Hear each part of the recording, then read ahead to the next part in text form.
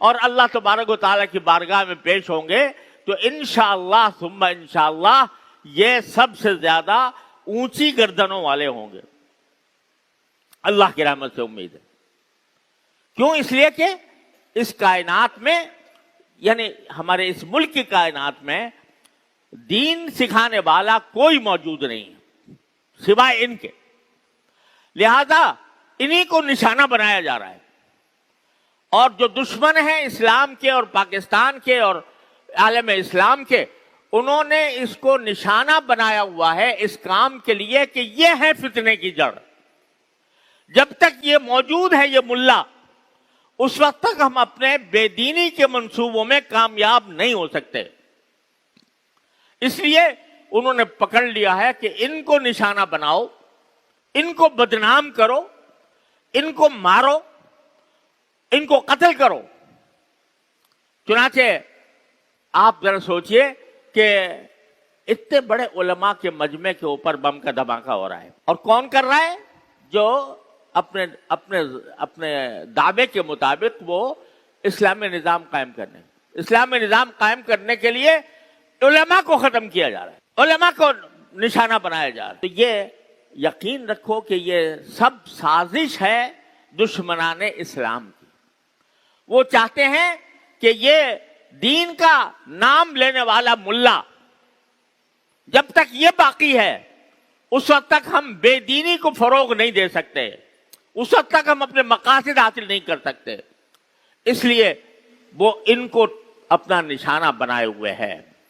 بدنام کرو اس کو جتنا ہو سکے. یہ کہو یہ ملا جو ہے یہ محض اپنے بسم اللہ کے گنبد میں رہتا ہے, اس کو دنیا کی کچھ خبر نہیں ہے. اسے کہو کہ اس کو اور کچھ نہیں آتا, اس کو جدید تعلیم اس کو حاصل نہیں ہے, یہ بیکار لوگ ہیں, جب یہ فارغ ہو کے جاتے ہیں تو ان کا کوئی مصرف نہیں ہوتا.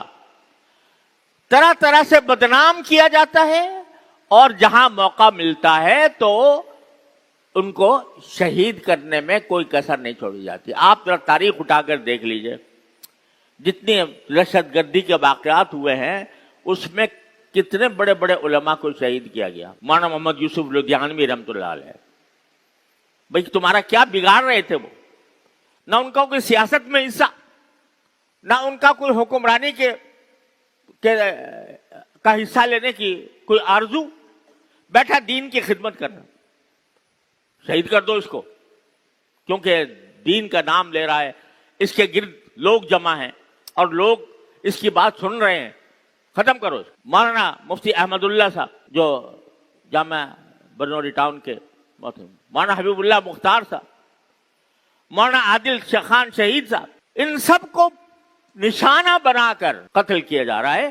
کیوں؟ اس لیے کہ یہ کچھ دین کا کلمہ بلند کرنے کے لیے انہوں نے اپنی جان ہتھیلی پر رکھی ہوئی ہے. تو یہ جب تک یہ لوگ موجود ہیں ہم اپنے بے دینی کے منصوبے میں کامیاب نہیں ہو سکتے. ایک ایک کر کے نشانہ بنایا جا رہا ہے. لیکن یہ بھی خوب یاد رکھو کہ یہ دشمنوں کی سازشیں کتنی بھی کبھی سے کبھی تر ہو جائیں, لیکن اللہ جل جلالہ کی یہ سنت ہے کہ کبھی دشمنان اسلام یہ کبھی اپنی سازشوں میں کامیاب نہیں ہو سکیں گے, نہیں ہو سکیں گے.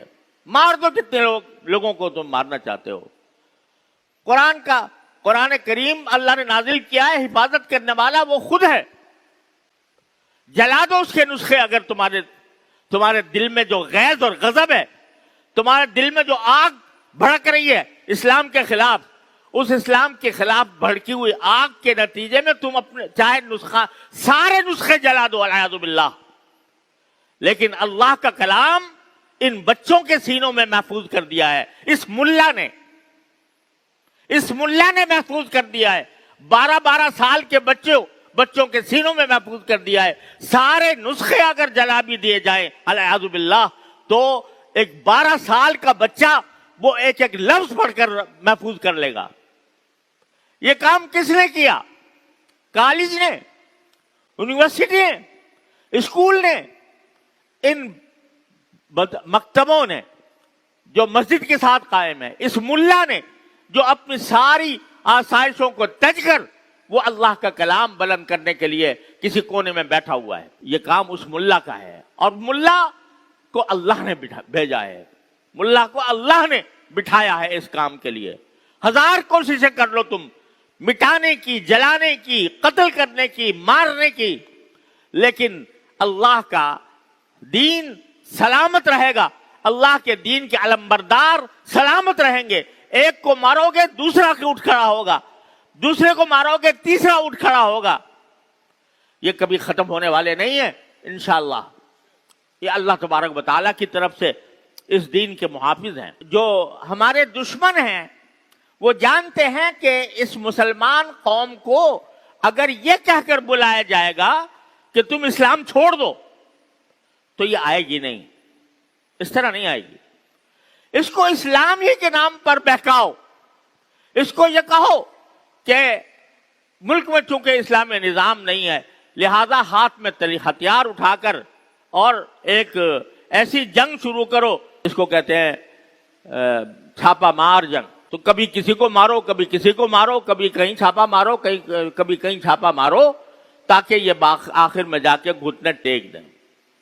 یہ سکھایا ہے اس لیے تاکہ اسلام کا نام تو ختم کرنے کی ان کے اندر طاقت نہیں, نہ مسلمان کو ختم کرنے کی طاقت ہے, لیکن اسلام کو اور مسلمانوں کو اسلام ہی کے نام سے ان کو ختم کرنے کی کوشش کی جا رہی ہے.